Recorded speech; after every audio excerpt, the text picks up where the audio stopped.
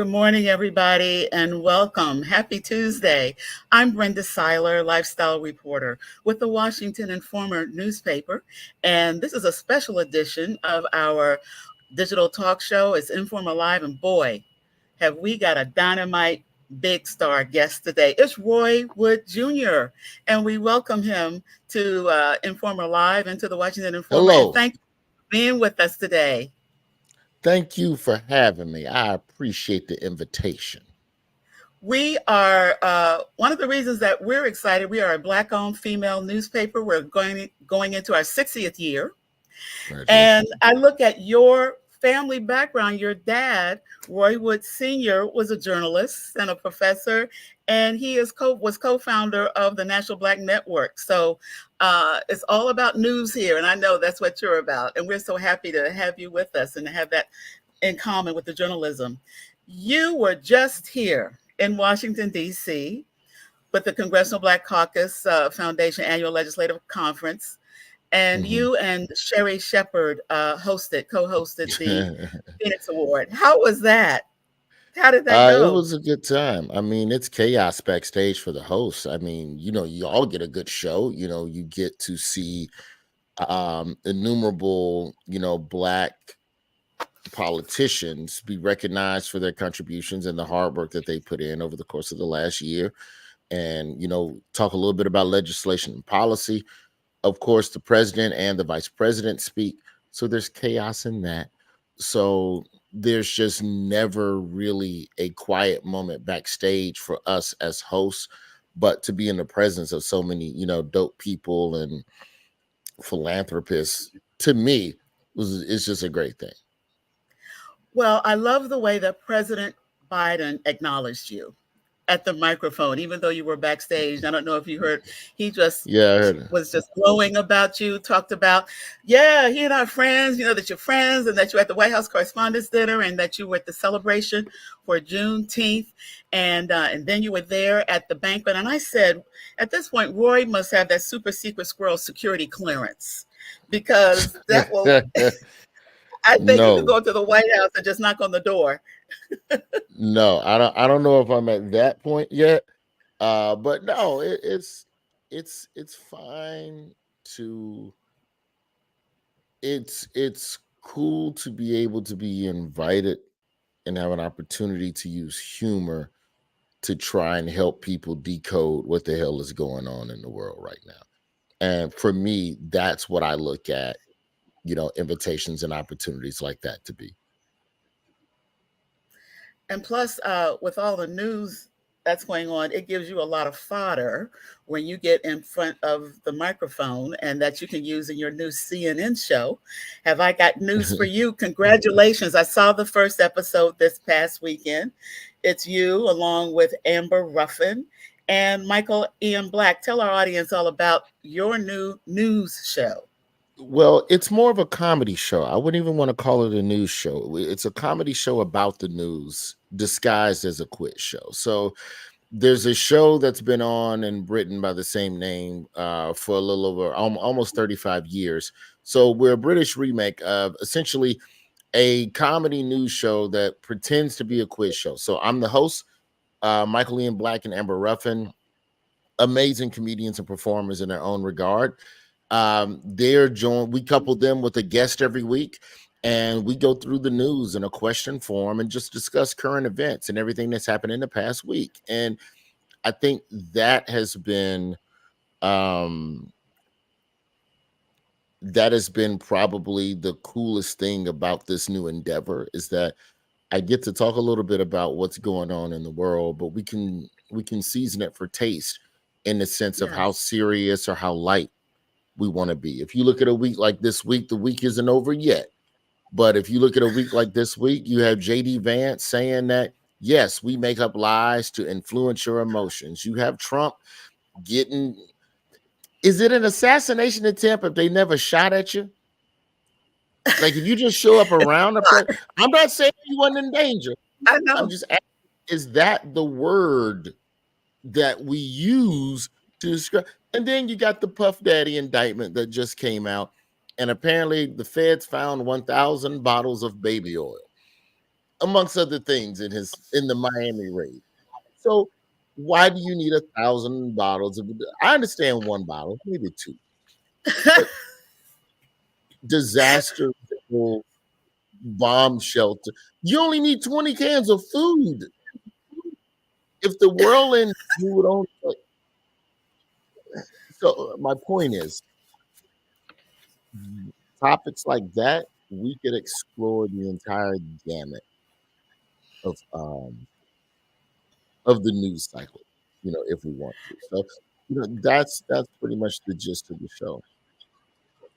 And I want people to know it is on CNN on Yeah, Saturday evenings at nine yeah, and o'clock. then Again, it's Have I Got. I'm sorry, go ahead.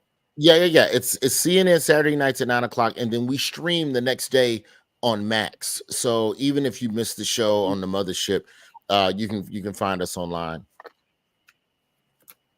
Well, I saw the show, and what I liked about it with you as the host is, and again, it's kind of set up like a panel game show host, and just some of the funny things that were going around.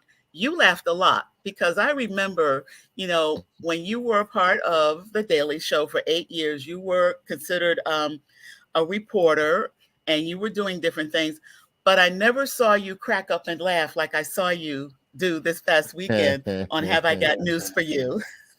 Yeah, So, yeah. that's great that you get to enjoy it really. Yeah, like I said, it's lighter.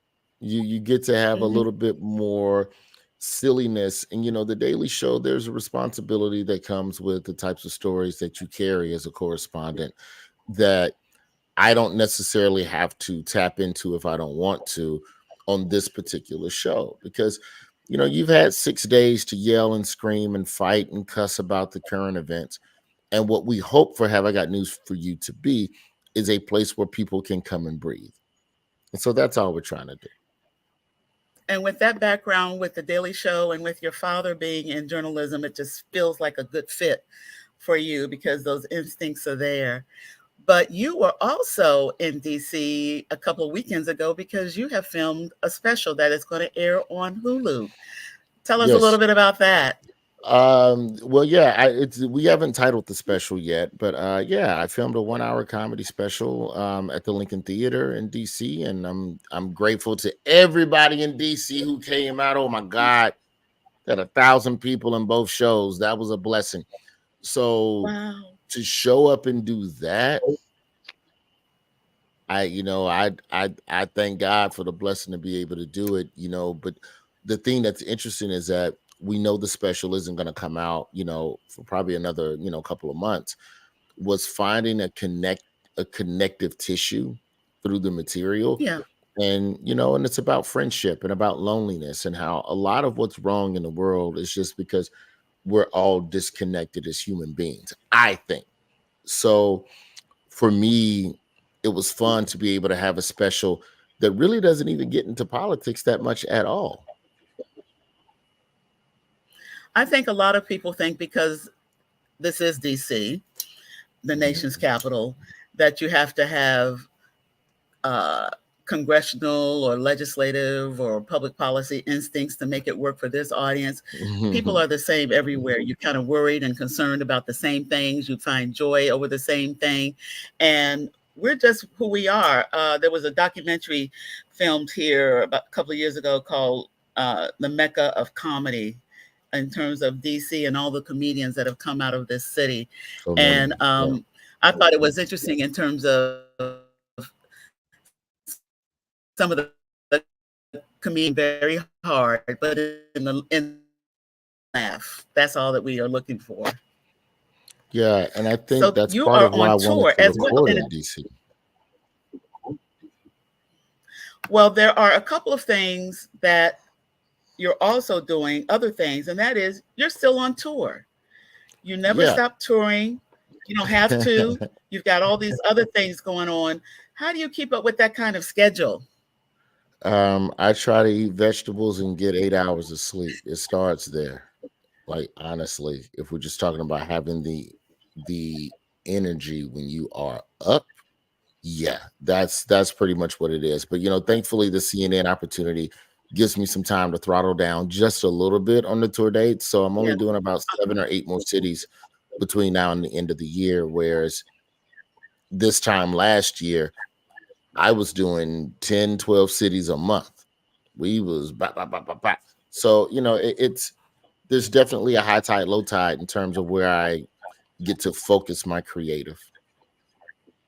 I just want to remind our audience we are talking live with Roy Wood Jr. He now has a weekend show on CNN. It's called How Have I Got News for You? He just finished filming a Hulu comedy special here in the DC area. That's going to be on in a couple of months. And Hmm. check his website, roywoodjr.com, because he is on tour. And so he'll be coming to a city near you. I'm sure he will. Yeah, absolutely. And one final thing in terms of what has fueled your career, are there some comedians that have mentored you or that you've looked to in terms of giving you inspiration for your career? Yeah, but I don't think any of them set out on some formal internship. I have mentors in the way you had an older coworker when you worked at McDonald's, and every now and then you glean something from them. But they never took me under Right. their wing formally. But when I was around, they gave me game. D.L. Hughley and Adele Givens sit at the Mm. top of that list in terms of frequency of interaction. There's a gentleman when I first started comedy who I would say is the first person to really see something in me, and that was a gentleman by the name of William E. Gilmore in Tallahassee, Florida. And so I've been blessed along the way to just have people who you were who I needed at that time to get to the next, lily pad of success and opportunity. And there's been many more along the way, but I stopped short of calling them mentors because it's like when you say mentor, it's like the relationship is understood. The tutelage was set up in the curriculum and there was a course syllabus. Like, no, I hang out with Trevor Noah and sometimes he gives me game. Every now and then I run into John Stewart somewhere in New York City. He gives me game. These people, Jim dropping, Tracy Morgan, like there's people I Yes. can name some more. Oh my Lord, I almost forgot. Like, and at every step of my career, there's been someone that's been kind enough to pass on something to me. And so I just try to be that to the younger comics, when they come around.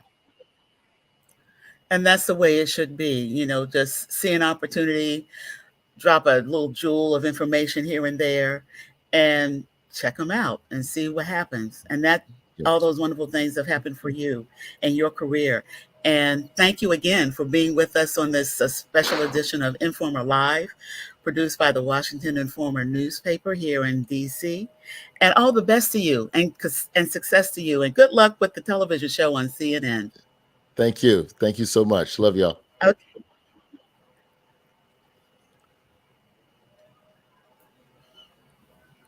And good afternoon, folks. We will see you a little bit later.